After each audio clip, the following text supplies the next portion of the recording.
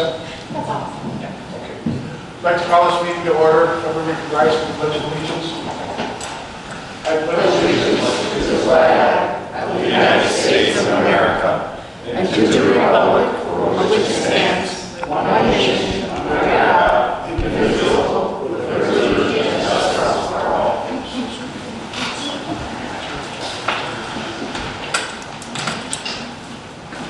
Madam Clerk, would you please call the roll? Trustee Gray. Present. Trustee Holtz. Present. Trustee Rogers. Present. Trustee Suisse. Present. Trustee Casmino. Present. Trustee Varian. Present. Mayor Eaton. Present. Are there any amendments to the agenda?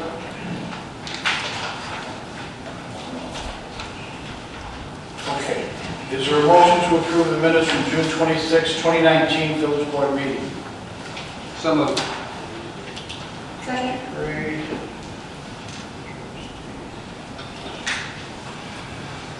Okay. Discussion. All in favor? Aye. All opposed? Motion carries. Is there a motion to approve the minutes of July 10th, 2019 Village Board meeting? I so moved. Please. Second. Casmino. Discussion. All in favor? Aye. All opposed? Motion carries. Is there a motion to approve the executive session minutes of the July 10th, 2019 executive session meeting? So moved. Trustee Rogers. Second. Trustee Gray. Discussion. All in favor, say aye. Aye. All opposed? Motion carries. Is there a motion to approve minutes of the August 14th, 2019 Village Board meeting? So moved. Trustee Varian. I'll second. Trustee Suisse. Discussion. All in favor? Aye. All opposed? Motion carries. Next will be reports and communications from the mayor and other officers. I'll start off with join the village in celebrating the grand opening of the Active Core at Heritage Park this Saturday, September 14th from 10 a.m. till 1 p.m. Enjoy games, crafts, scavenger hunt, and more. Try out our new sports courts and game area with their gaming supplies courtesy of the village. Adults and teens will be able to try their new skills at the new challenge course, run the entire course, and set your initial time. We will also have live music and food options available for purchase. I won't be rude. We'll go to the trustees. We'll start out with Trustee Gray first. Thank you, Mayor. Just on behalf of the Homerfest Committee, I have nothing new to report other than the fact that we are continuing to work at our next meeting on an item that we're going to bring before the board on September 25th during a committee of the whole, where we're going to discuss any future use of the property like we did this past year, how we can possibly improve upon it, make it better for the residents. We specifically want to talk about how we can mitigate the rain and flooding issue that we had in the Thames area. So hopefully we'll have a good, robust conversation that will be a committee of the whole. So we're going to invite the entire committee fest as well as the board, and Tree Architecture will be here as well. That sounds good. That concludes my report. Thank you. Trustee Holtz. No report. Thank you. Trustee Varian. Just quickly on behalf of Community and Economic Development, just a reminder of two upcoming ribbon cuttings on September 25th, 4 o'clock and 4:30. The first one will be Ichiban Ramen, 144th and Bell, and the second will be Tavern in the Glen, 158th and Bell. Just want to remind everybody to attend the ribbon cutting and also let everybody know that those businesses are currently open. And thank you for thank them for choosing all of them. And that concludes my report. Thank you. Trustee Rogers. No report. Thank you. Trustee Casmino. No report, Mayor. Thank you. Trustee Suisse. I have no report, Mayor. Thank you. Village Clerk. No report. Village Attorney. No report, Your Honor. Public safety. Just real quick one, Your Honor. 18 years ago today, just a reminder of the September 11th attacks where 2,977 people died this day. So something we can't forget about. I just want to let the board and the public know that 2 of us that are assigned up here to Homer Glen itself are also part of the honor guard. So we represented the Sheriff's Department, but also the village in a ceremony held this morning at Joliet Junior College that they do every year. So it was an honor for us to not only honor the fallen, but to represent our department, the county, and especially the village of Homer Glen there. And that's my report. Thank you, John. Yes, sir. Village manager. Mr. Mayor, I just wanted to remind everyone that our fall-winter newsletter went out last week in the local newspapers as an insert. We also have extra copies here as well for distribution to our residents and our businesses. And so I just want to make sure you're aware of that. And then we also have 2 positions that we just published on our website. We have a part-time human resources manager that's published and posted, and we also have our part-time seasonal winter maintenance worker as well. And if anyone's interested in that, they can go on our website for both of those postings. Okay, thank you. Next will be public comment.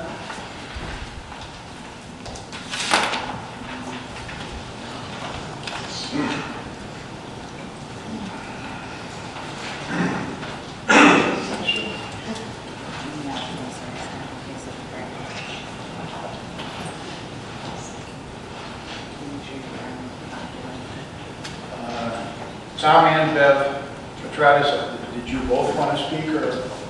Well, I'm going to speak. No, I won't speak. But 150-56 Eagle Ridge Drive, the corner. I'm having a hard time with the process of how you do business here. If I have to put a fence in, I have to come to you and ask you and pay a permit fee for you to approve it. Is that correct? Correct. Reciprocation to the homeowner. The path went in on 151st. You border my home. You passed this path on September 12th of last year. Mr. Gray, you came out on the 16th to tell me about it. You approved the dollars on 10/10.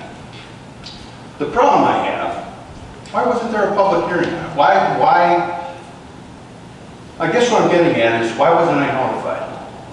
I lived in the city of Chicago. Anything that was done within 500 feet of your property, you always got a registered letter. So I guess what I'm trying to say here, George, is the last thing that I got given to me was August 17th of 2017. There's nothing on there. So you had a committee meeting to say, let's put a path in. Not only did you not provide any safety measures for it, where do all the people enter now? Let me give you a little hint. My driveway. Go take a look and see what you did. See what you approved. And the problem I have with it, I don't have a problem with the bike path. But you ruined my privacy. I had 25-year-old trees there. Granted, they weren't on my property, but they provided privacy. They put sound abatement. Nothing included in it. We had a talk prior, if you remember, on my driveway. And you said nothing was in the works for there. Well, Can you see how disappointed I am, sir? Yeah, I do. And there were no plans at that point. So I guess what I'm getting at is, you know, everybody, you assume everybody's pretty happy with what's going on with this park. I want to remind you that most of the people on Eagle Ridge Drive and Innisbrook Drive bought because it was a golf course. Most of us paid a premium. To not be included, I didn't sign up for a bike path, but it would have been nice if you would have provided some security for me, not with all the kids going to cross my grass. That's number one. Number two, you put nothing in for safety. Nothing. I was at the last safety meeting. This past meeting was canceled. So that was a little over 4 weeks ago. Has anything been, I've got pictures of the electrical pole getting hit by somebody doing 75 miles an hour that a Will County police officer told me that it was estimated to go. I've got a picture with a power line down. You know where that power line was laying? On your bike path. So I guess what I'm getting at is the rush to put stuff in without the oversight. Where is the due diligence? That is my question. Well, the due diligence was put out there for us to make sure that a path was put in so they weren't crossing, they weren't in dangerous area trying to do it with a ditch there. So they did decide to put in a path, which the path has been in process since we started doing all of them around there. I'm sorry that they didn't give you any notifications that was going there. And as for the trees and as for the bushes, doesn't mean we can't take care of something and put something. Well, I would appreciate it in the effort. And in the truth of it is, do something. I've got pictures. I will send you the pictures. Because the first person that gets killed there, it's on your heads. And that's the truth. What you fail to realize, you've got a 45-mile-an-hour speed limit. I'll just give you the last three that I know. July 4th, July 6th, 2 overturned cars 150 feet from my driveway. This past Tuesday, major accident. The woman sent to the hospital because she's a friend of mine. Guys, safety has to be included around it. We need to lower the speed limits. We need to do something. I'll take anything. The previous owner of my residence used to sit out with a radar gun. And in the 13 years I've been here, we have done nothing. Nothing. People speed in there. The electrical pole was one example. The Northern Illinois gas main was hit for 3.5 hours. My neighbor's fence burned. This is what happens here. And I'm just saying, when you are putting something in around somebody's property, do some due diligence and knock on the door and say, hey, Tom, like me, Tom, I'll talk to you all day. I will. I know. Mayor, can I make a comment? Thank you. I did go out and see the gentleman at his house, and it was before the meeting because I specifically told you the date it was coming up on our agenda, and I asked you if you'd like to comment to please come in and make sure that you sign in. You voted on September 12th. I sent you an email. That was when you sent me an email. No. I sent you an email on September 16th. I still have it. Right, but I came to your house before that. That's how you had my email. I gave you my card. I don't want to argue with you. What I wanted to say was that I told the gentleman that the berm was going to be coming down that was in the public right of way. He seemed to understand that. He said he hadn't been doing any improvements to that for the past year. And I said, no, it's just an opportunity for him, if he was going to be doing any landscaping in his yard, that he might want to do it on the inside of the fence to mitigate the fact that there'd be, the loss of the berm. I also told him at the time that pretty much anything in the berm was, if you wanted to take it and put it in his yard, he said it was kind of old and he didn't really want to transplant it. At the same time, I was also talking with other residents in the neighborhood, which happens to be my neighborhood. I'm not making any statement of that. It is my neighborhood as well, that our sign was going to be coming down. So I have, I was emailing those gentlemen as well and making sure that everybody was informed. I also had Director Selimovich on that email chain, as well as our former village manager, or interim village manager at the time.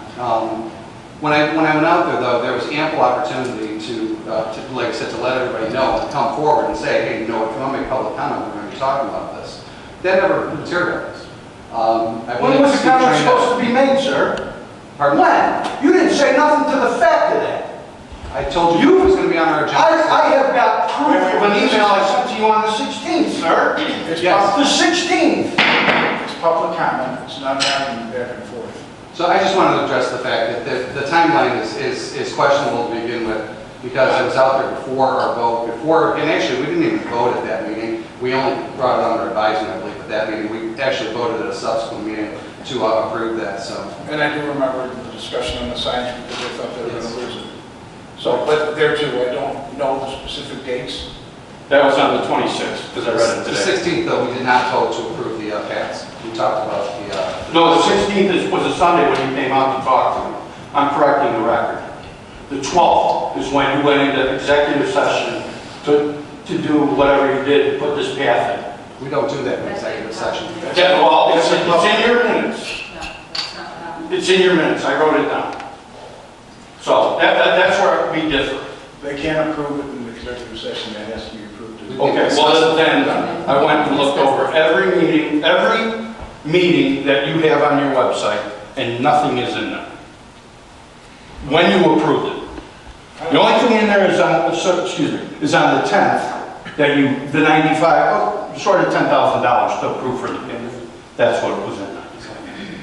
So, but, besides the point, Sir, don't do that. besides the point, sir, really? Can't you be a good neighbor and stop by? You drive past my house how many times a day, I sir? did stop at your house. I gave you my card. You had my cell number and my email. And I emailed you. So I called in home, I get no response. I emailed you, George, I get no response. Just saying. Flyers that we sent out about trail access, did that include Eagle Ridge? Yes. No, Was that South Brooklyn? Right, it's- All right, as for the landscaping, I'll discuss it with the board to see if they'll replace anything that's there. But the rest of it is just the safety of the people going up and down the street, and that's why they put the path there, that's why they put the fence there. Okay, will you please look at getting the people on bikes off my driveway? That's all I'm asking for too. You I should stop, look to just see stop. what's going on. Okay, thank you. Thanks, sir. Yeah. Deb, did you have anything to say or no? Okay, next one, should be Sargadas Kaminsky. I'm sorry, 1 second, please.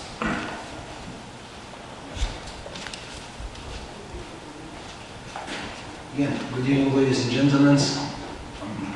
Come back by the next meeting. We want to tell a little bit my opinion and about our last 2 meetings.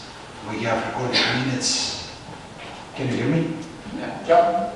Sorry for my language, not very well, but if you have any questions, don't understand what you want to say, ask me again, I will try to repeat. All right, and meeting on September 5th, which one was rescheduled 2 weeks early about HWM truck maintenance in the property 15761 Eco Drive. Gentleman who wants to run a new business and new business owner at this property, Unit A, had blamed me about I was making a pressure to neighbors next to a wall, people who lives over there.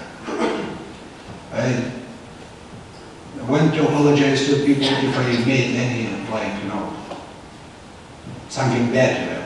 I want to tell all those stories, what happened, real quick and clear. I met person named Dana, 13029, before August 15 meeting to ask, is she knows about the meeting about the changing zoning and truck repair business coming, truck sales business coming in here backyards, that's it. Sorry again for my English. She said she doesn't know anything. I just bring email, there is a meeting date, and it's not automobile repair and maintenance business coming. There is a semi-trucks business coming, and you can see it in the backyard. Nothing else. I spoke it here 2 minutes. Second visit was before September 5th, because everybody knows meeting supposed to be on September 19th or 18th for same case, but it was rescheduled 2 weeks early. I get notice 2 days before about it. It was rescheduled. It's the same situation. I want to stop and talk to the neighbors. Are we coming in a meeting? Nothing else. I was maybe a little bit too late because my wife stopped at 6 o'clock. I stopped 8:30 after I finished the work.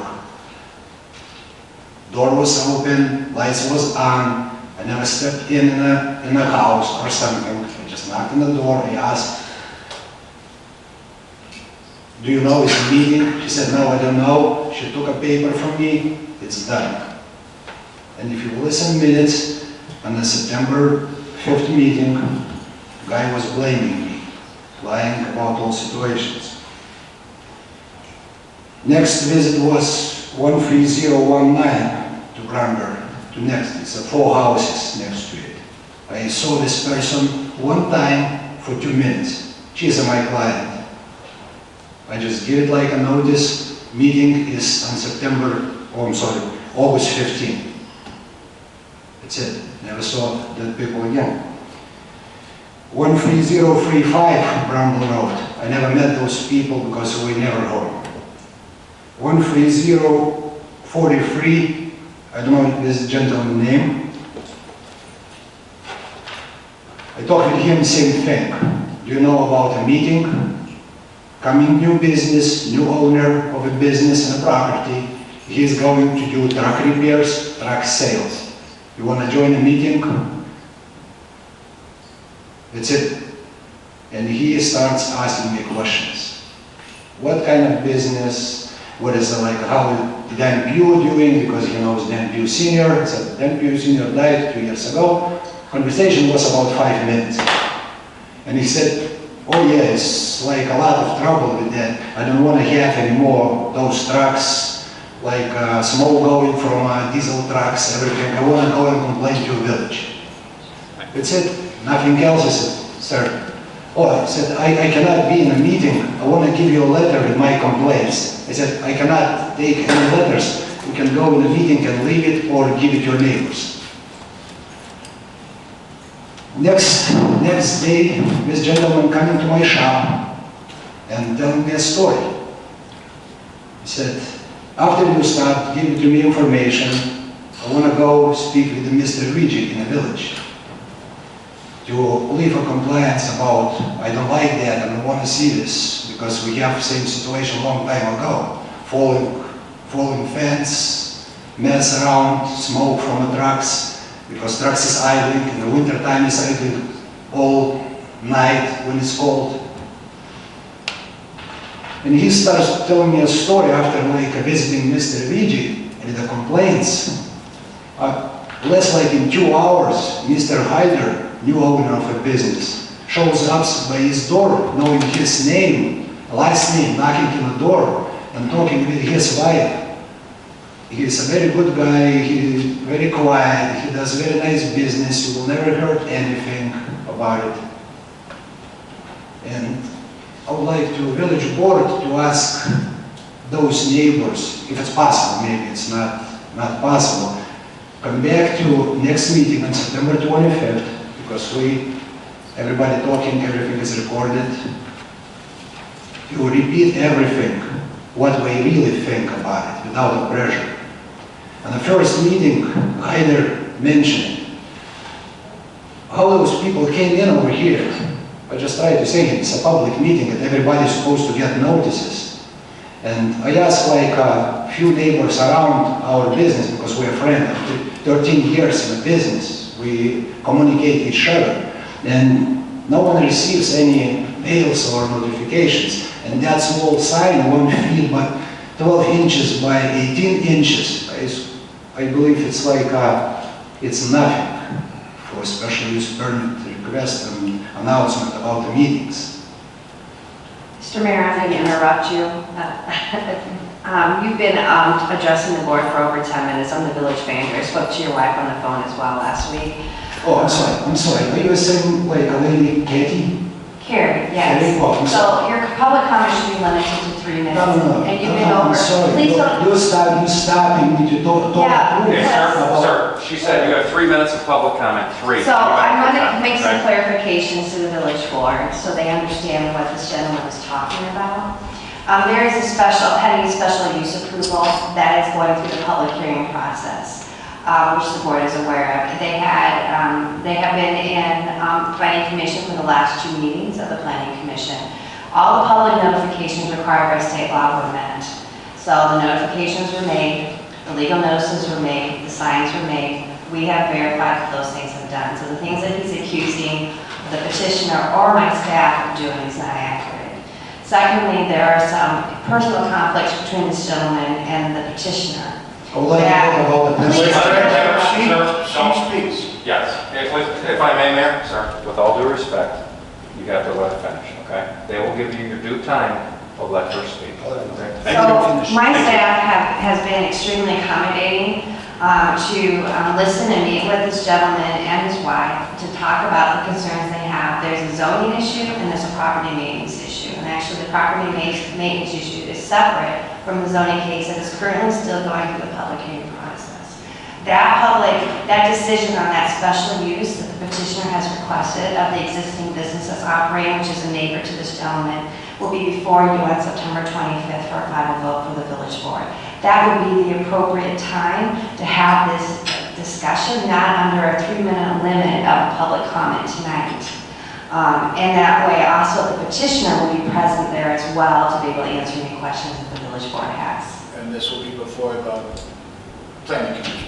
It already did go. But I mean, it's not going back there. No, it went twice. It went to the first meeting, it was tabled. Right. And they went back on September 5th, which was last Thursday, with a recommendation from the planning commission, which we then voted on by this board on September 25th. And that is a proper venue to have this type of conversation so that the petitioner can be present here as well. As well as Eric, our attorney, village attorney, has also had conversations as well regarding this particular item. Can All I right. have Yes. You said there's going to be 2 issues, the zoning issue and the property maintenance issue? Yeah, so what's before the board on September 25th will be a vote on the special use that is being requested.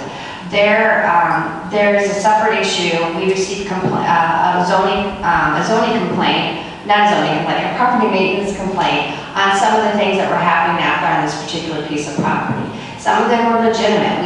Mr. Baber sent his staff out there. They did an inspection. They wrote out what the violations were. And quite frankly, this gentleman had violations as well. And so there's a little bit of a tit for tat going on here. And so what we've been working through on what the property maintenance violations are to make sure those things are cleaned up, which really doesn't really have anything to do with the legal zoning case. However, there are certain conditions that the planning commission has imposed as part of the special use approvals, like buffering and landscaping requirements, that they have asked the petitioner to do, and he's agreed to do to address those concerns. You'll see all that on the 25th in your packet. All right, so this discussion basically for right now, we know you have an issue, but it's going to be discussed the 25th of this month. It's not everything true, what the lady says. And I want to say about that call to my wife and talking about some personal problems she knows. Can you tell us, everybody, what you know about the personal problems? All right, well, this will come before the board on the 25th of August, or September. I would like to know. You'll find out everything on the 25th. You'll have the opportunity to speak and questions asked that you'll have to No, answer. she just mentioned about that personal problems between me, owner, and new owner of a business. I would like to know and ask her now, how do you know about the This is not the existing venue for problems? this. Yeah, this is not the place to discuss it. This is public comment, so. Well, it was mentioned about it, and it's making like Come on, a sir. pressure and different mind for all board members, what's exactly is going on. And I cannot finish my 2 minutes. You've had probably 20 minutes right now. Makes more sense. Come All on. right, that's it for public comment. Next. All matters listed under the consent agenda are considered routine by the village board and will be enacted by one motion. Is there a motion to approve the following items? There's 6 of them. The accounts payable for the period of August 30th, 2019 through September 12th, 2019 in the amount of $129,323.43. Number 2, the Village of Homer Glen's July legal bills from Only Silverman and Cross, LLC, in the amount of $5,523.75. Number 3, pay estimate number 10 from Integral Construction, Inc. for the active core project at Heritage Park in the amount of $116,567. Pay estimate number 9 from Austin Title Construction, Inc. for Phase 1 of the Heritage Project in the amount of $62,462.24. Number 5, pay estimate number 10 from Austin Title Construction, Inc. for the Fittyman Creek Sanitary Sewer in the amount of $171,634.89. And 6, pay estimate number 1 from D Construction for the 151st Street Bike Trail Project in the amount of $100,878.05. Is there a motion? Oh, yeah. So moved. Trustee Zarian? Second. Trustee Pesmino? Discussion? Madam Clerk, please call the roll. Trustee Holtz? Aye. Trustee Rogers? Aye. Trustee Suisse? Aye. Trustee Varian? Aye. Trustee Pesmino? Aye. Trustee Gray? Aye. Motion carries. Next is a workshop item. Village Manager Jerry Farley will discuss recreational cannabis legalization. Mr. Mayor and the Village Board, tonight we're going to have a workshop on the recent state statutes and laws that went into effect this past summer. I have requested Stuart Weiss from Holland and Knight. He is an attorney in the Chicago area who specializes in this particular subject. We've had the opportunity to see similar presentations that he's done for other communities in the Chicago region and other associations. So this is, tonight is to share what the current state law says, what the options are before local home rule municipalities, and then to answer any questions that any of the village board may have as it relates to the recent changes in state law. And then, obviously, no decision will be made tonight. This is really just about educating and providing feedback and answering questions that the village board has as they determine what direction, if any, they want to go as it relates to these changes. So having said that, I'm going to turn it over to Stu and let him do his presentation. Thank you very much for having me out tonight. Tonight I'm going to be giving you a review of the provisions of the Cannabis Regulation and Tax Act, and then specifically focusing on the extent of local authority. I've been giving presentations to a number of Holland and Knight's general counsel clients, and then to a number of, as the manager said, councils of government, and also organizations like the IML. Although I've been credited as an expert in this, I was just the guy who read the bill first. But that's not exactly true. I read earlier versions of the bill and I talked to the sponsors. This is something that we saw coming down for our municipal clients, and I took an interest in it, started speaking to the folks in the General Assembly who were getting out in front of this issue, and it was something that I knew was going to be a concern to a lot of municipalities. The good news tonight is that although we're seeing a very large change in the law in Illinois, a lot has been left to do, which is often not the case when Springfield takes drastic actions. More often than not, they make decisions for municipalities and don't leave us a lot of wiggle room. So the good news tonight is that when all is said and done, you're going to have a lot of say in what happens in Homer Glen come January 1st. And whatever your decision is, as I say, every time I go in and do one of these presentations, I don't know what the tenor, the opinions, or the backgrounds of people are going to be, and sometimes they don't know it themselves until they start talking about it. So, so whatever you want to do, you're going to have a lot of options. Okay, so a quick review. The Cannabis Regulation and Tax Act, this was passed on the last day of the general session. It was on a Friday. I think that they did extend a little bit into the weekend, but the last official day of the general session. It was signed by Governor Pritzker on June 25th. There was a pretty significant delay in between passage and signing because everyone in Springfield was scrambling then to figure out how they were going to write rules, what the bill meant, and they're still figuring that out. Some key components of this, and these are the things that are kind of out of your hands. So as of January 1st, legalization of adult possession and use of cannabis for recreational purposes. The model here is basically liquor. that if you're over the age of 21, you'll be able to legally purchase, possess, and use cannabis in Illinois. And we're going to get into some discussion about where it's actually going to be legal and where it's not to use.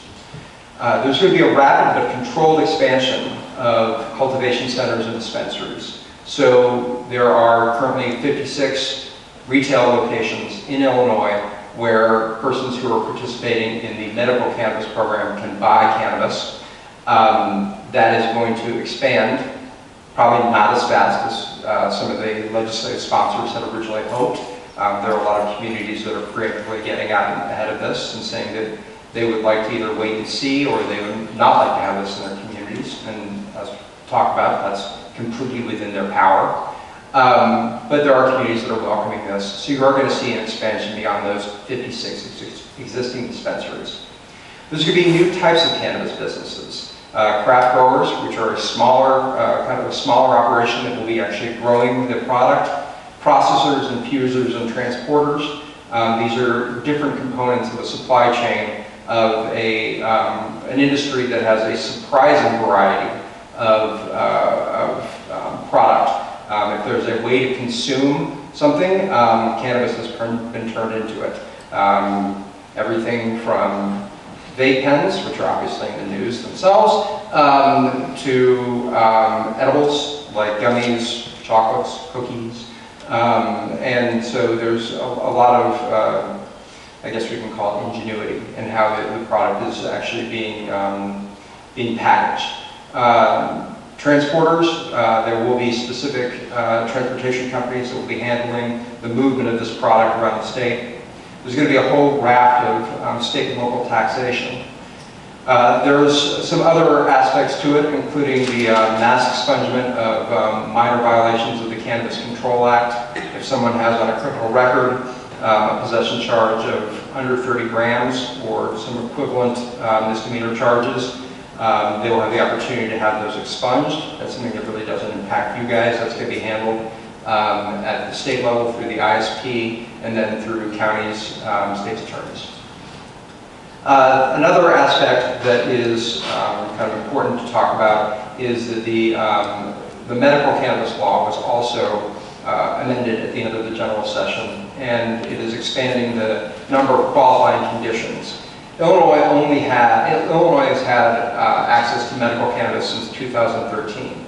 It's been a relatively small program. Only at the time of earlier this summer, there were about 46,000 registered qualifying patients who were actively using the system. That's not a lot in a state of 12 million people. Part of the reason for that is that Illinois had one of the tightest regulations on the types of conditions that someone could apply for a medical card for. This has been broadened to include things like autism, anorexia nervosa, PTSD, and it also changes who can actually prescribe this. One of the most common questions I get is, well, if recreational is coming in and anyone over the age of 21 can buy it legally, why would you still continue to have a medical program? The complex answer is that no state that has actually ever had medical and then adopted recreational has completely gotten rid of their medical program. Some people prefer to stay under that. They prefer the treatment they get. In Illinois, the very simple answer is that people who are buying it as a medical product, they'll get the same product, they'll be charged at a much lower tax rate. They'll be purchasing it basically as a pharmaceutical rather than a recreational product. If there are any questions along the line, I'm happy to take them at the end. If I'm saying something that's not clear, you can stop me. This presentation usually takes about 25 minutes. It can drag on to an hour and a half. I could be here all night because I know way too much about this stuff. So please, if you can stop at any time if you have any questions. Does anyone have any questions right now? Yes, there were. I thought that why having the medical in addition to Yeah, and when we get to the tax level, you'll see how significant that difference is actually. So here's the timing. The act did become effective immediately upon the governor's signature. That doesn't mean that you can buy or consume cannabis. I ride the L most days in the city. A lot of people on the L have not gotten that memo. You're not actually going to be allowed to buy and consume cannabis until it is legally for sale through licensed dispensaries as of January 1st. The act is effective right now because a lot of government agencies are now going through the process of rulemaking. Places like the Illinois Department of Finance and Professional Regulation, the Illinois State Police, the Department of Agriculture, all of these agencies are working diligently. I was going to say struggling, but they're working diligently to get up to speed to deal with a massive scaling up of this industry. As I said, you've got 56 existing dispensaries. Those 56 existing dispensaries have the opportunity to apply for what is called an early approval license. So those locations will, as of January 1st, if approved by the Department of Finance and Professional Regulation, be able to open their doors to everyone over the age of 21 as of January 1st. You guys do not have a dispensary currently, so that doesn't affect you. What it does affect, though, is that these 56 licensed dispensaries, each one of them has the opportunity to apply for a secondary site location.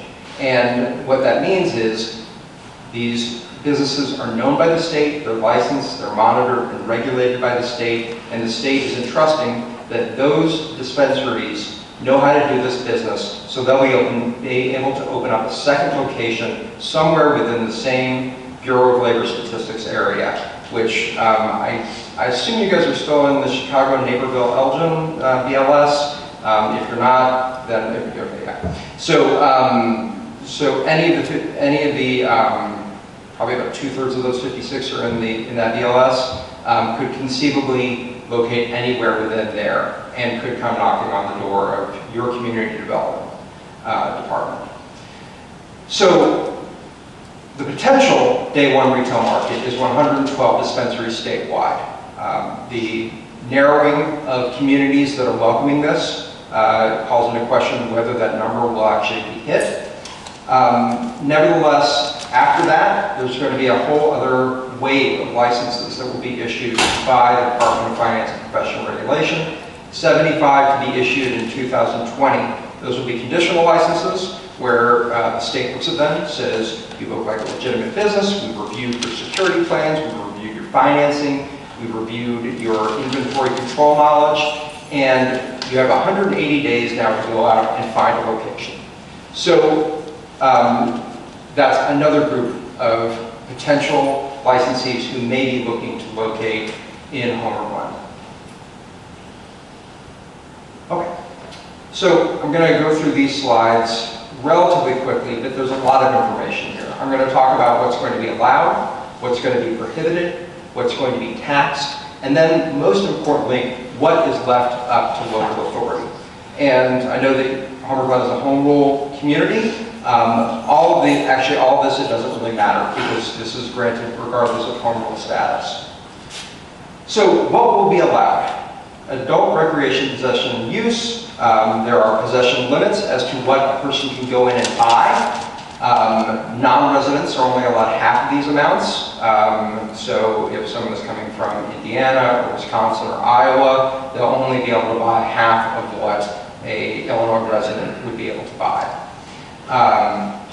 And there, as I said, there's going to be the licensed commercial sale of leaf, edibles, and tested derivatives. There's going to be this product is going to be distributed in many different forms. And then there was one aspect which was a little bit surprising. We were told during the drafting of this bill that there would be no pot cafes, no coffee shops with on-premises consumption. At the very last minute, 3 lines were added to a 600-page bill that more or less said that on-premises consumption will be allowed subject to local control and approval. That's pretty ambiguous. It doesn't give us a lot of guidance. The advice that we've given is that that means that it is completely up to you whether you as a municipality would want to allow that. There's also a kind of a practical issue about on-premises consumption, which I discovered when I spoke to the person who's in charge of all cannabis business licensing for the city of Denver. They've allowed that type of business now for 3 years. There is a grand total of 1 business in the city of Denver that allows on-premises consumption. And the simple reason is, for those of you who are familiar with the operations of liquor licenses, there is no such thing as dram shop insurance for cannabis. So a business that was to allow someone to consume cannabis on their premises, if that person overconsumed, went out, caused an accident, caused harm to themselves, there is no kind of financial legal liability protection backstop that we have with dram shop insurance. And so that has naturally limited the market for those types of businesses in almost every state where this has been allowed. Okay, what will be prohibited? Dispensaries will not be allowed to be located within 1,500 feet of another dispensary. So you're not going to have these clumping together like mattress stores or like banks or gas stations on every corner. You will not be able to consume in public places, which is defined as any place where a person could reasonably be expected to be observed by others. This does not include within someone's own residence, but could include if someone was sitting on their front porch, or if someone was sitting in a backyard with a low fence and there were kids in the next in the next yard over. The idea is that this is something that can be enjoyed in private, but we do recognize as a state that there are certain negative aspects to it, and so there are greater limits on it than there are even for alcohol.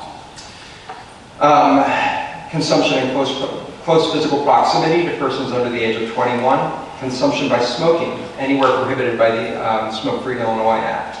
Sale to minors, obviously. Home delivery. This is something that has been very popular in some other states like California where recreational has been legalized.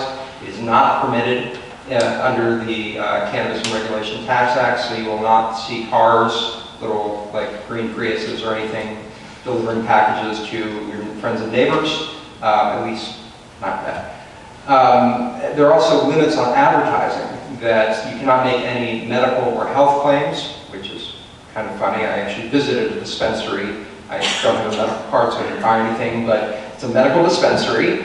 People go in for medical conditions, and they're not allowed to say that it has any medical or health benefits. So it's a little bit interesting in that respect, but that you won't be able to make any of those claims either when this goes out for general consumption. You cannot include images of the cannabis leaf or buds in your advertising. You can't include any imagery that would appeal to minors. I call this the Joe Camel rule, because we all remember how the advertising of cigarettes was more and more constrained over the years that went on, especially anything that would be attractive to kids or teens. And as we've seen, there's the recent controversy about how Juul and other electronic cigarettes have been marketed towards youths. Youth possession and consumption will be prohibited. Other than for medical purpose, there are some conditions that youth would be able to have a medical card. That's a very small number of people. So if you don't have a medical card, it's a Class A misdemeanor, and you can get your driver's license yanked until you're 18. Open container. This is one of the things that, in the same way that if the sheriffs pull over someone and they see an open can of beer, even if the person isn't inebriated, you can charge them with an open container violation. Same thing if you see someone who has an open bag of cannabis. All cannabis currently and will be sold in tamper-indicative packaging. So if someone has basically an open bag or something, or a vape pen that has been unsealed, that can be considered an open container for the purposes of a citation. DUI, this has actually not changed. The provisions that are in the Illinois Vehicle Code about impairment were left exactly the same. As you can see, these are very detailed standards that deal with nanograms of THC that are in whole blood or in other bodily substance. And I think that law enforcement rightfully points out that you don't get substances like that in a field test. One of the issues here, and this is something that no one is denying, is that there is no reliable field test currently for cannabis impairment. This is going to be a problem, Unfortunately, this is something that the state has taken out of our hands. I do say that whoever comes up with a reliable field test is going to make a whole lot of money. That has not happened yet. There are some employment issues that are somewhat addressed. Use by firefighters and police prohibited while they're on duty or on call. On call is when such employee is scheduled within at least 24 hours notice by his or her employer to be on standby or otherwise responsible for performing a work-related task. There are some contradictory provisions, which we'd be happy to talk about for a whole other hour at some other meeting, about how to handle a drug-free workplace or a zero-tolerance policy, both of which are explicitly authorized in the statute, but at the same time the statute says you're not allowed to take an adverse action against an employee for using an otherwise legal product. Go reconcile that. It's something that we're hoping will be addressed in a trailer bill. What will be taxed? So this will be one of the highest tax products in the state of Illinois, and as we all know, that's saying a lot. When you add together what I'm kind of calling a lasagna of revenue, the net taxation on retail cannabis will be between 40 and 45% of the purchase price. And it hits at every link in the supply chain. Cultivation, the state takes a 7% tax on wholesale sales from cultivators to, whether it be directly to a dispensary or to kind of one of the intermediate processors. Dispensaries will have a purchaser's excise tax, which will be passed on to the customer. It's on a sliding scale depending on the potency of what they're selling. The counties will have the opportunity to put a 3% tax in incorporated areas. That goes. And then municipalities will have the opportunity to impose their own 3% tax. And wait, there's more. This is all on top of your existing county, state, municipal, regional, RTA, whatever else is already there. And any home rule taxes.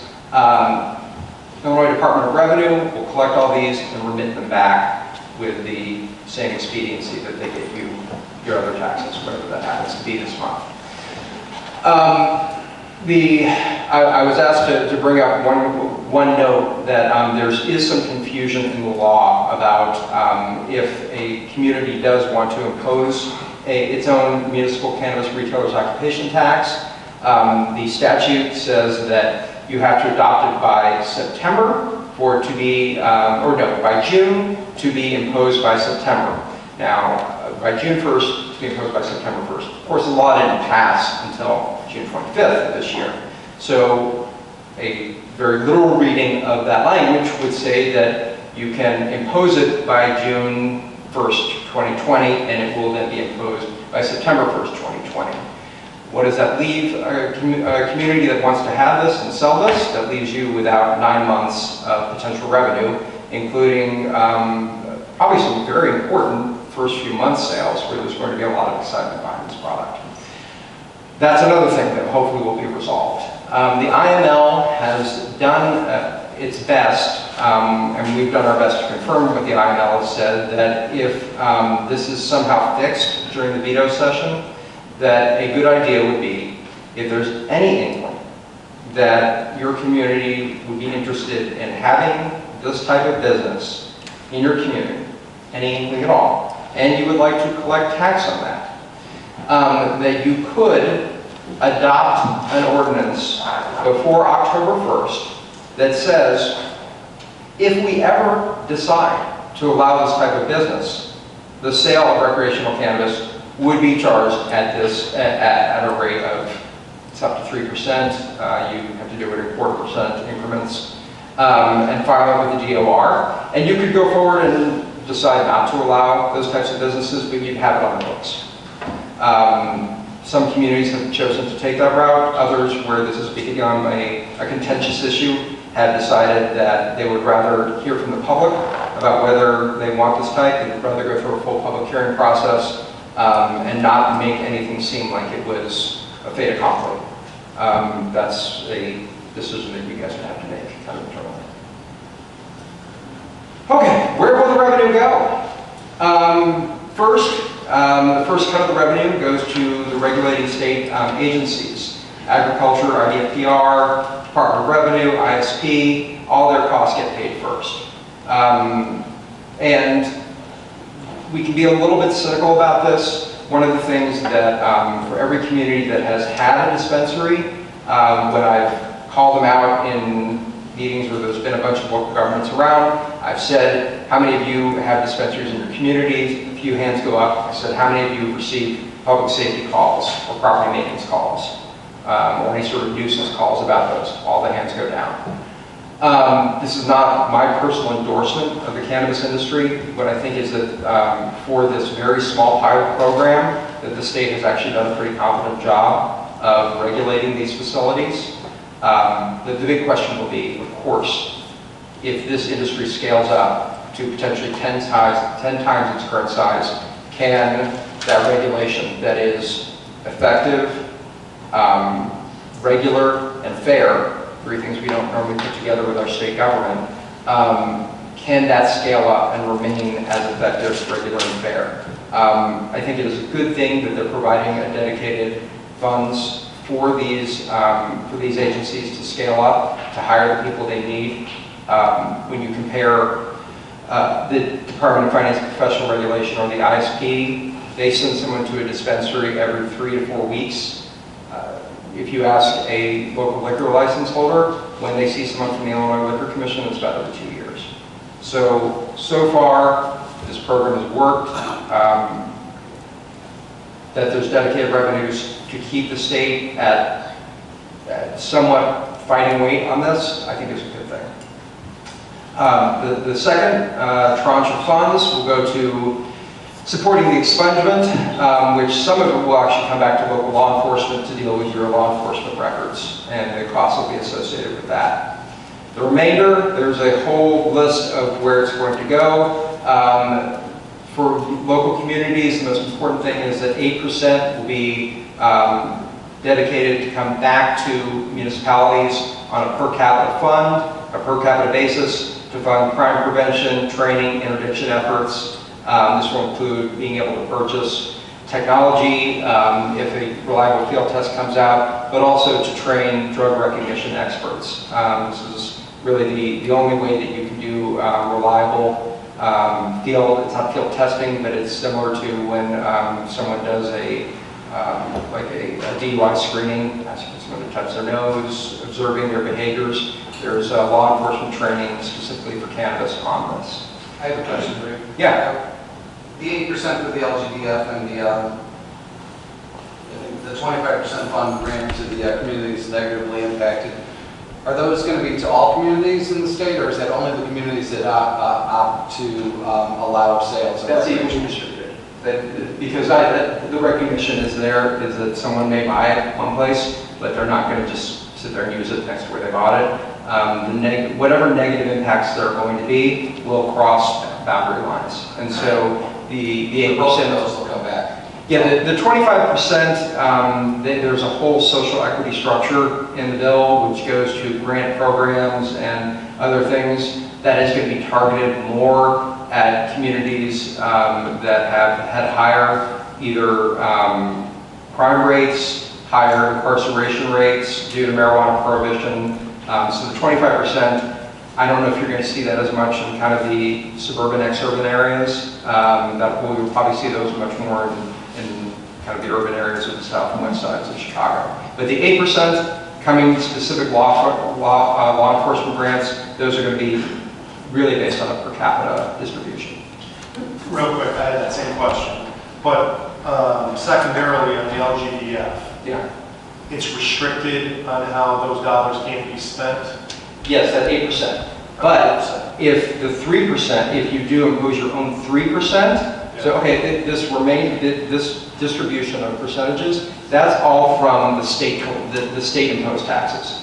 If you impose the 3% municipal cannabis retailers occupation tax, all that comes back to you, except of that 1.5% of that whole, so not a third of it. Yeah, not 1/3 of it, but 1.5. The state takes an administrative convenience charge, as they do with all of your other taxes that they collect. But if you're one of the, what seems like the majority of towns so far that have opted out,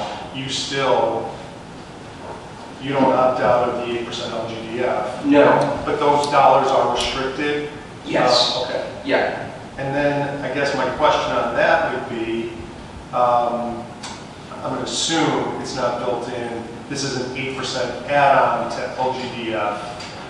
No, it's 8% basically of what is left. So there's going to be a pot of money that is collected by the state, and then first come the regulating cost, then come the expungement cost, then there is this pot, a smaller pot of money, and it's going to be divvied up like this. This was the fight that was going on when the bill was drafted. How much of it would go to the bill backlog? How much would go to pensions? Yeah, I guess my concern is if you're a community that opted out, right? So forget about the 3%. Yeah. You've opted out. You've got 8% of this revenue going to LGDF. My concern would be that as the budgets are being done, there's a new 8% being dedicated to LGDF. This is restricted where it's not typically restricted. Right. But if, and I'd like to think that our lawmakers wouldn't do this, I think I know but if you pull 8% out the back end, we're actually getting hurt in this because we're now 8% of our, whatever that number may be on LGDF, are now restricted on how we can spend those dollars. I don't think that's not how the bill is not written, that this is like, that this is, when I put that in there, that it basically is distributed in the same way as the LGDF. It's on that same formula. It doesn't actually, it doesn't, I don't know the state's accounting, and it may, simply because that's the way they're doing it, but it is not supposed to take away or in any way diminish what you're getting from the state. Yeah. The state's good enough at that already. Yeah. Well, this would be, I think, a key issue for us as a town that doesn't levy a property tax, municipal property tax, and is therefore even more dependent on our portion of LGDF. If we're talking about something in the 8% that is now somehow restricted versus how we could traditionally spend it, that's where I think it becomes. It is not intended to actually impair what you're already getting. This is a separate grant specifically for law enforcement and interdiction purposes. So, okay. So here's the kind of the meat of the presentation for you guys. The extent of local authority. The first thing that I put up, home rule is preempted. Usually that's really bad news. Usually that's terrible. And in this case, home rule has been preempted to the extent that you cannot tell your residents that they cannot consume cannabis in their own homes. You cannot set up a checkpoint at your borders and search people and say, did you bring in cannabis into in the same way that you couldn't do that for liquor or any other legal product. So here's what you can do. You can outright ban all cannabis businesses by ordinance. So you could pass an ordinance, and it's our opinion that if you're just going to outright ban it, if you're not making a land use determination as to where they're appropriate, that this would not even need to go to a plan commission. You could just say this is not something that we feel is an appropriate aspect of commerce for our municipality. So if that's where you wanted to go, you could put that on your next agenda. And there are some communities that get off of the merry-go-round right there. If you feel that further consideration is required, you can enact reasonable zoning regulations for cannabis businesses that don't conflict with the Act. This is the kind of thing that there are two words here that attorneys love. Reasonable, what's reasonable, and that don't conflict with the Act. So there's certain provisions that say that dispensaries are allowed to be open from 6 a.m. to 10 p.m. Does that mean that we can't restrict the hours of operation? We opine that we absolutely can. Because if you start from the basis that you can ban something outright, you can absolutely have reasonable restrictions on it, and that having more narrow hours of operations is not a conflict. You can require a conditional or a special use. Vijay, what do you call that here? Okay, call it special use. I always say the opposite one from whatever's in your local code when we do these presentations. So you can require that a business, if they want to establishment in Homer Glen, that they apply for a special use. Special use, as you know, goes through Plan Commission, has a public hearing, public notice, opportunity to comment from the public, and then when they come back, you can put operational conditions on it and really deter and look at things on a case-by-case basis based on the location. You can, as I mentioned earlier, prohibit, permit, or regulate private businesses that allow on-premises consumption. For the dram shop reason I cited earlier, that's going to be really rare and probably is not going to be an issue that many communities are going to have to deal with. One note, there was a lot of concern about home grow. In the original draft of the bill, there was a provision that said every adult in Illinois could grow 5 plants for their personal use.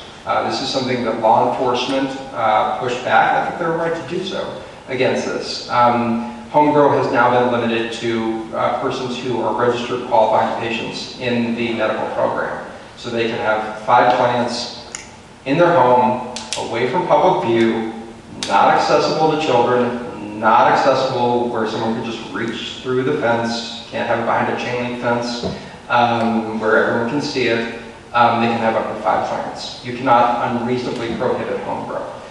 This is something that we've got some communities that are interested in this, others are going to treat it more as kind of a nuisance property maintenance issue. If you can see that someone has 20 plants through the window wells of their basement and their utility bills have spiked because they have a bunch of grow lights and they're using over 5,000 gallons of water a month, you would have the ability to go in and take a second.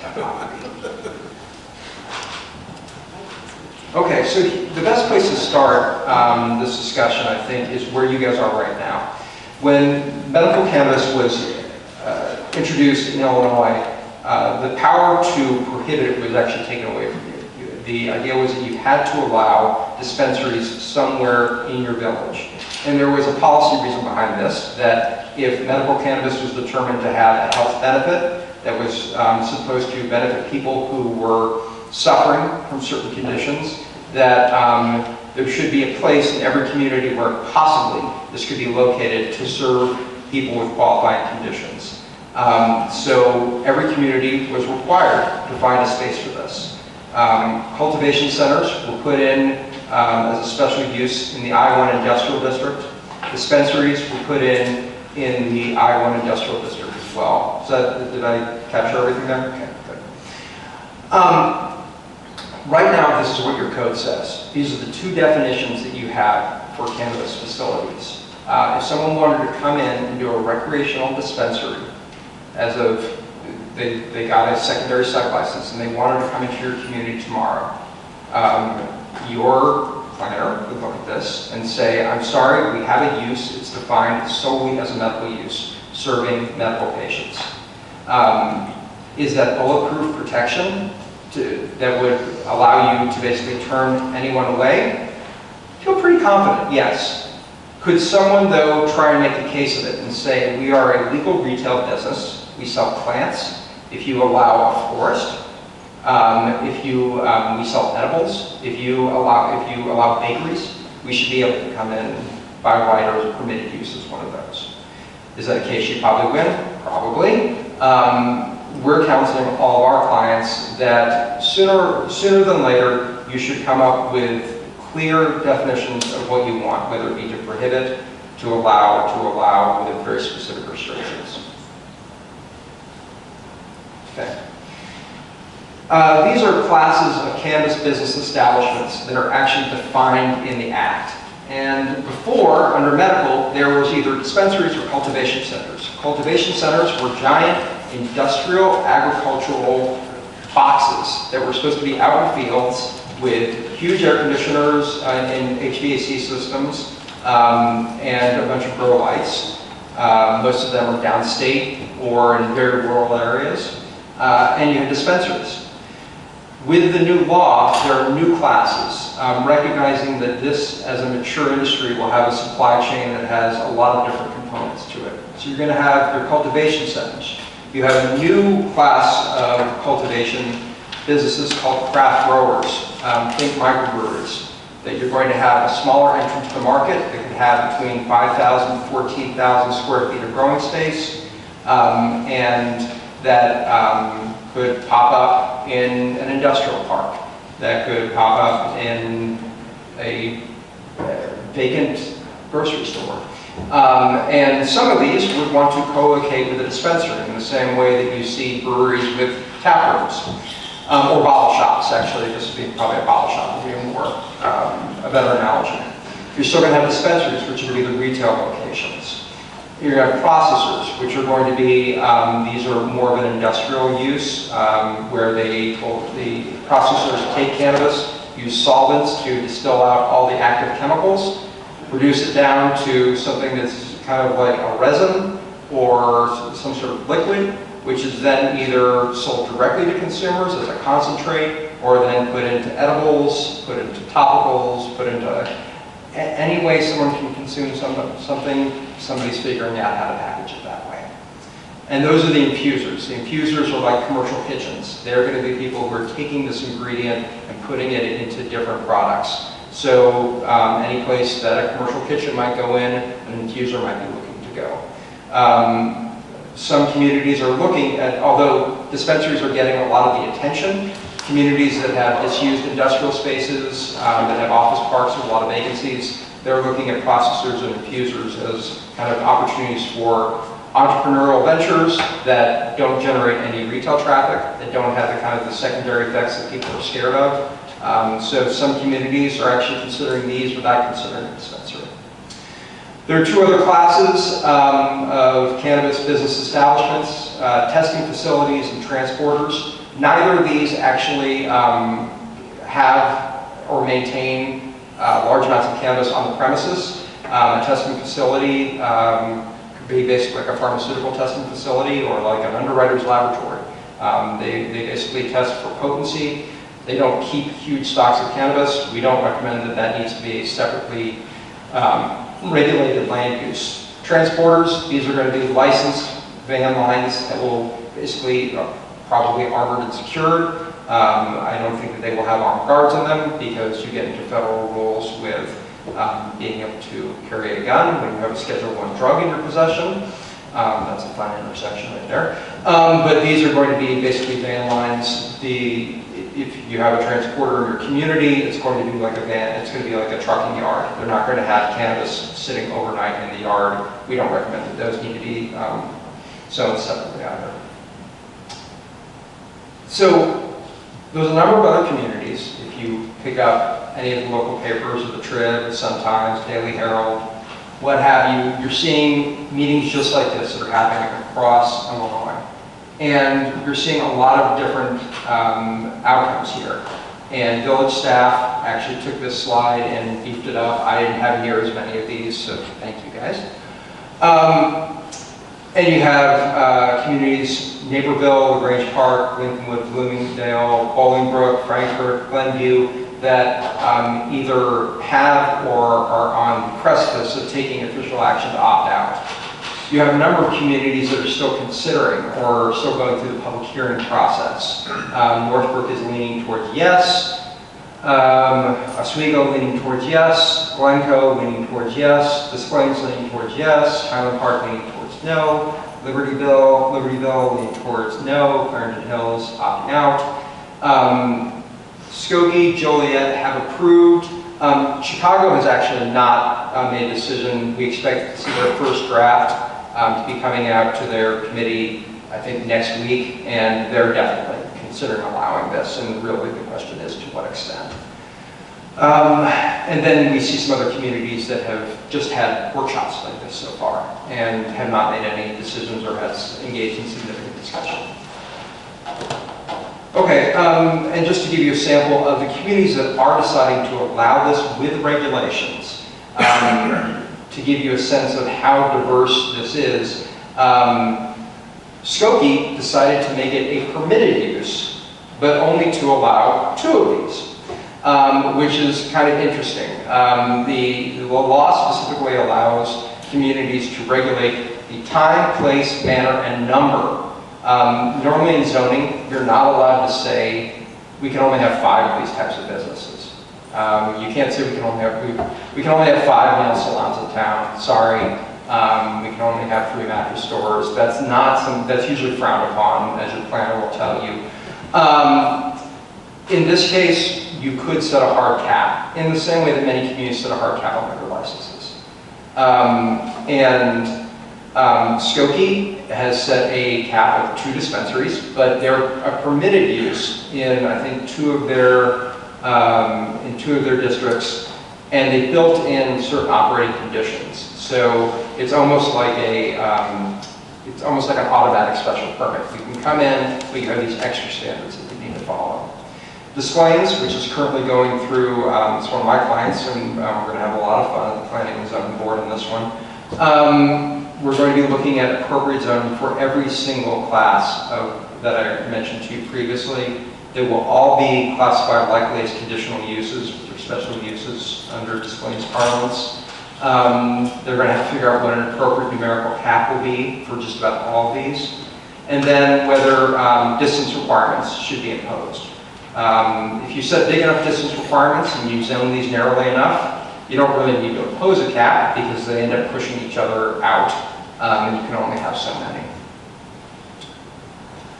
So one of the issues here is that you almost have too many options. You have a lot of different uses, and if you do want to get into the discussion of allowing these through regulation, you have many different paths you can take. What we try to do with the communities that we're working with is give you a hierarchy of questions to answer. I don't expect that you'll do this tonight.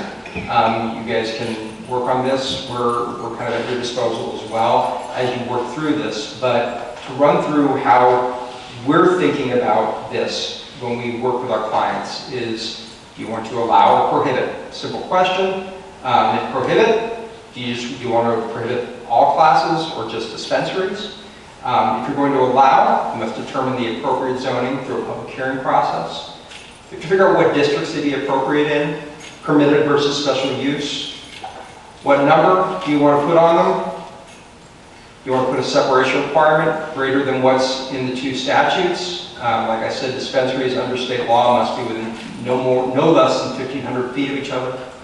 The Medical Act requires that cultivation centers be separated by no less than 2,500 feet from a number of sensitive uses, including schools, daycares, churches, parks, recreation centers.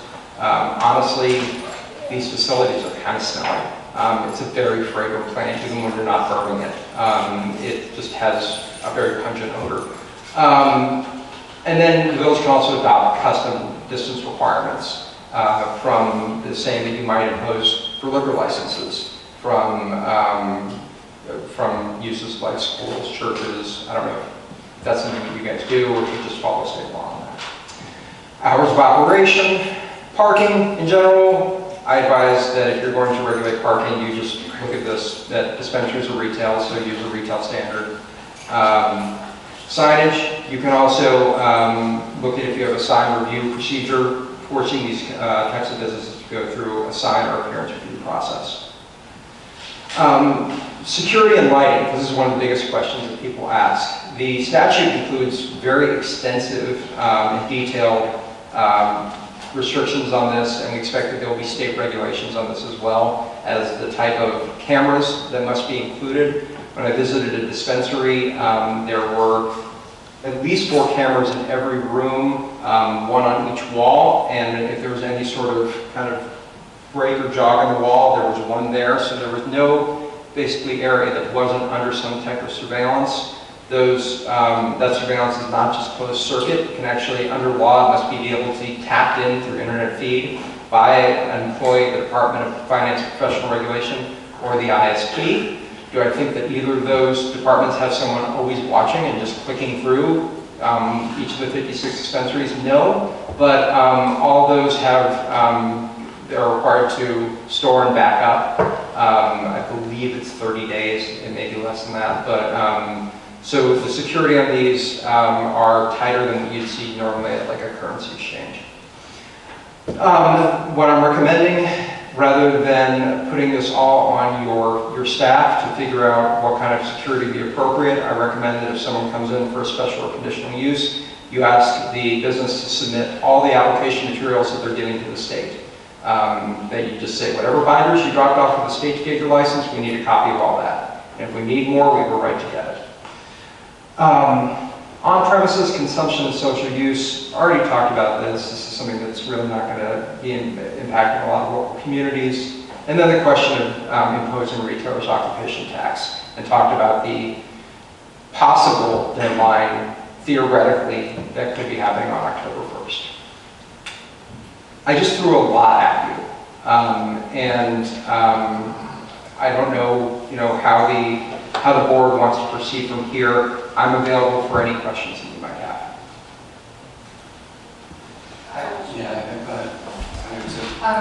The retailer's occupational tax, so that would apply not just to a dispensary, but the other businesses as well?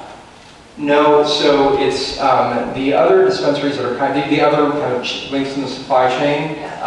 There is no retail local tax on that. There's no retail local tax benefit of having the... Yeah, so people ask, why should we have that? And I say, property taxes and jobs. And take that for what you will. Thank you. I have a question for you. You made several mentions, and it is true that the state has been overly generous in allowing us to have so much feedback and so much control over this, with preemption of home rule, the number of locations that we can, we can write that into our code that we're only allowing a certain amount of locations, as well as the taxing.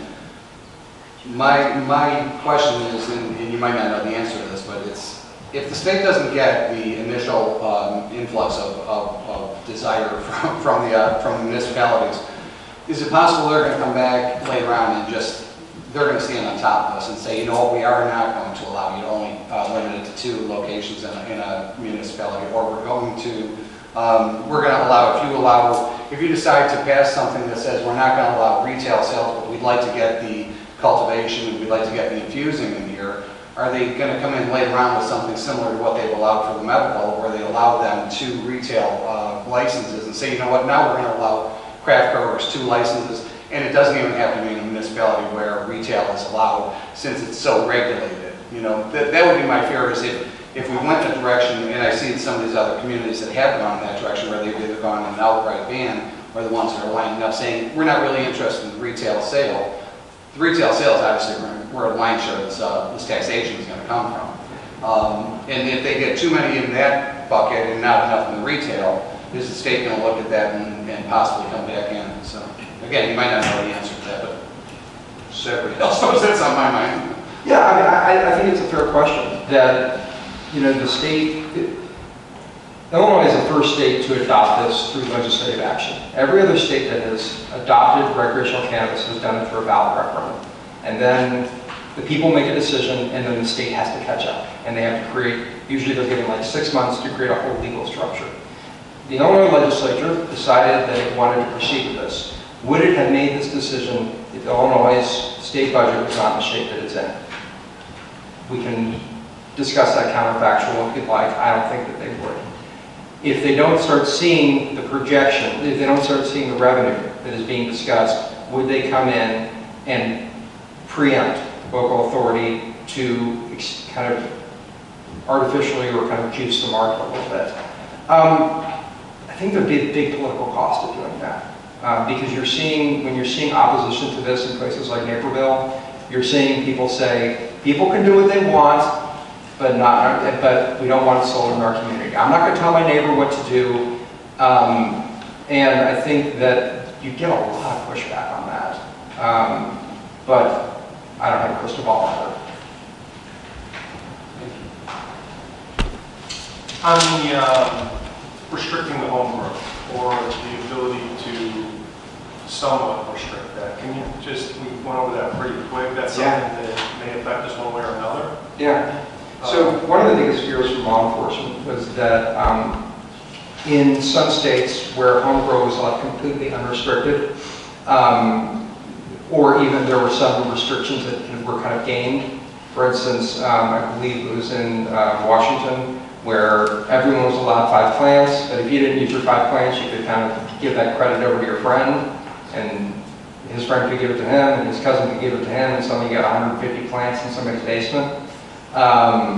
There were also some, I don't know if they're apocryphal, but anecdotal stories about cartels coming in and setting up grow. That has not that has been, I've not seen a lot of evidence of that. 5 plants is a pretty small amount, and it's limited to registered qualifying patients. I talked to the legislative sponsors about whether you could have people who were doing that register to the village to let them know that they're doing it. One of the issues there is that if someone has a medical card, that's medical information, and forcing someone to disclose that could conceivably have hidden implications. So I don't know if that was really considered when that came out. We're hoping to have some more guidance, actually, from the legislature or from the Department of Public Health on that. Well, any other questions? It's all one more, this is all still a cash-based business, Yeah. right? Really insured bank accounts, you can't deposit any money, which creates other secondary issues potentially. So you are correct. Nationally chartered banks, FDIC insured financial institutions, will not bank these businesses. Some state chartered banks do, and a number of the cannabis businesses in Illinois work with, I think there's 2 of them down in Springfield, state chartered banks that do, so they're not just sitting on cash and they're not going to bring in a bunch of 20s to pay their property taxes or their water bill, and some credit unions as well. The dispensary that I went to, they literally had 2 ATMs on the sales floor. People walked up, got their cash out, walked 5 paces, bought their product, handed over the cash. I assume the cash didn't go back into the ATMs. But that is a concern. What most of these businesses do, because they have to keep their product actually in a sealed vault at night, they have their cash and product in a sealed vault at night, and they try and not keep anything on site, on premises, for any longer than they need to. So when it comes time to remit their taxes, right, everything we just looked at, how does that? Can you remit in I didn't sell cash? anything. But can you remit in Well, cash? it's up to the state. These places, It's so heavily regulated, so that's not possible. they deposit it with the state chartered institutions, and they'll write checks from there. The state chartered institutions are allowed to bank. And this is one of those things that's definitely a concern. I do think that especially if New York and New Jersey go for legalization, you're going to have about 45% of Americans living in a state where this is legal. MasterCard and Visa are going to want to get in on this. So, and not to be facetious, but I do think that this is a problem that will solve itself. It is definitely an issue right now. It's just not solid.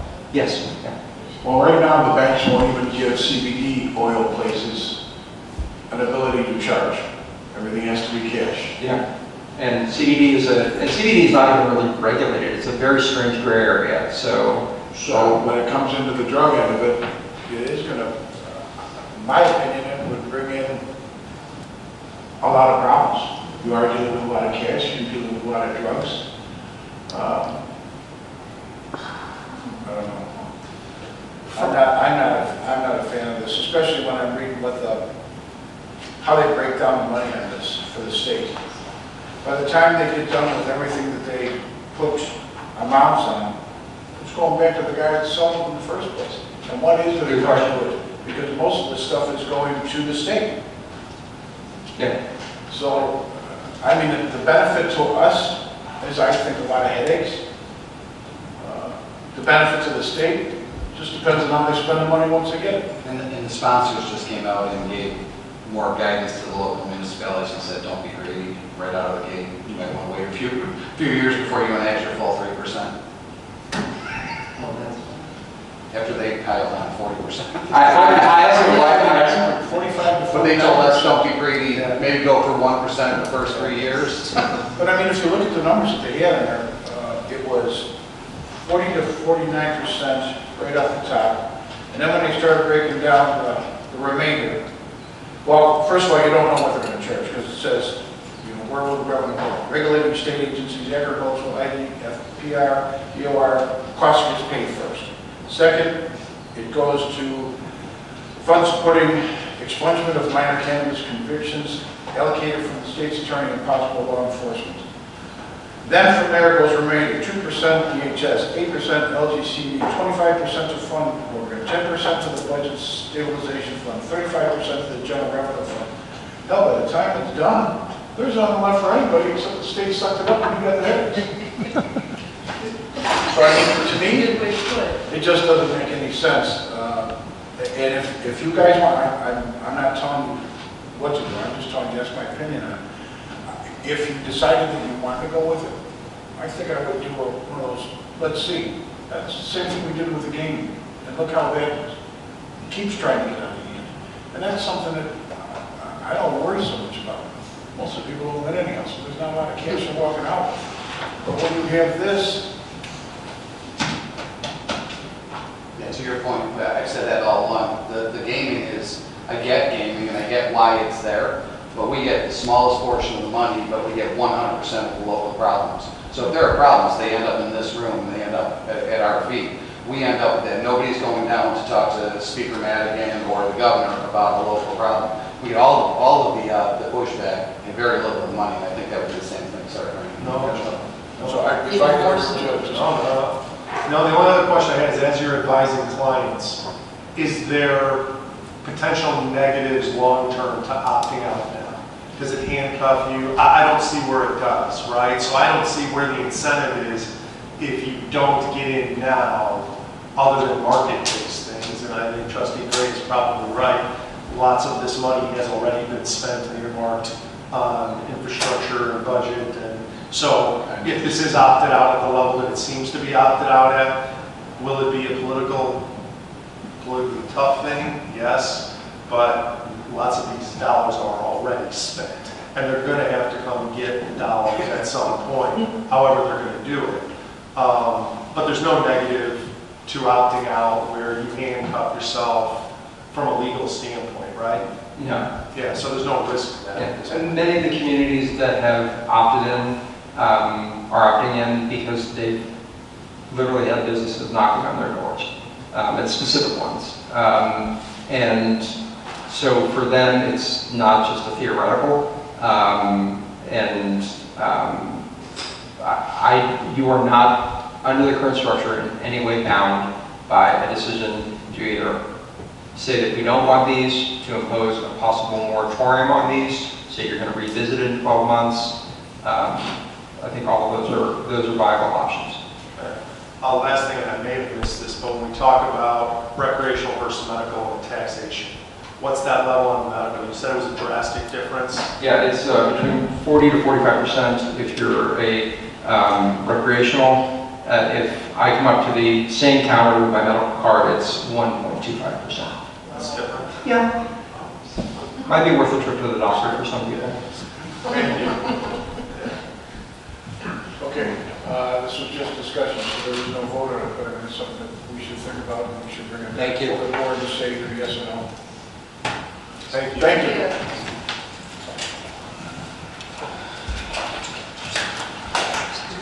Okay. Is there any old business?